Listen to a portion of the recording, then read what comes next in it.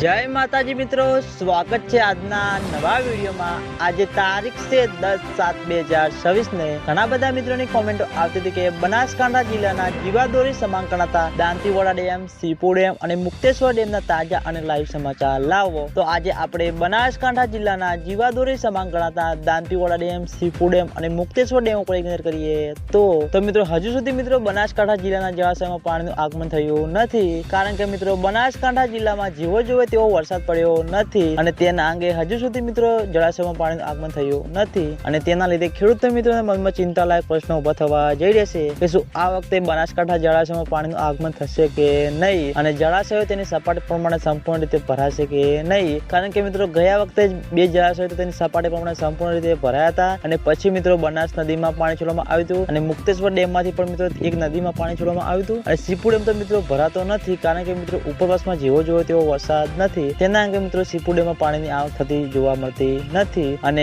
બનાસકાંઠા જિલ્લામાં જળાશયમાં પાણીનું આગમન થશે તો સૌથી પહેલા તમને આ ચેનલ દ્વારા વિડીયો બનાવીને જાણ કરવામાં આવશે। એટલે તમે બધા અમારી ચેનલ ઉપર નવા હોય તો વિડીયોને લાઈક કરી દેજો, કોમેન્ટ કરી દેજો અને ચેનલને સબસ્ક્રાઇબ પણ કરી દેજો, જેથી કરીને અમે દાંતીવાડા ડેમ, સીપુ ડેમ અને મુક્તેશ્વર ડેમના તાજા અને લાઈવ સમાચાર લઈને આવીએ તો સૌથી પહેલા તમને ખબર પડી જાય। તો મિત્રો જય માતાજી।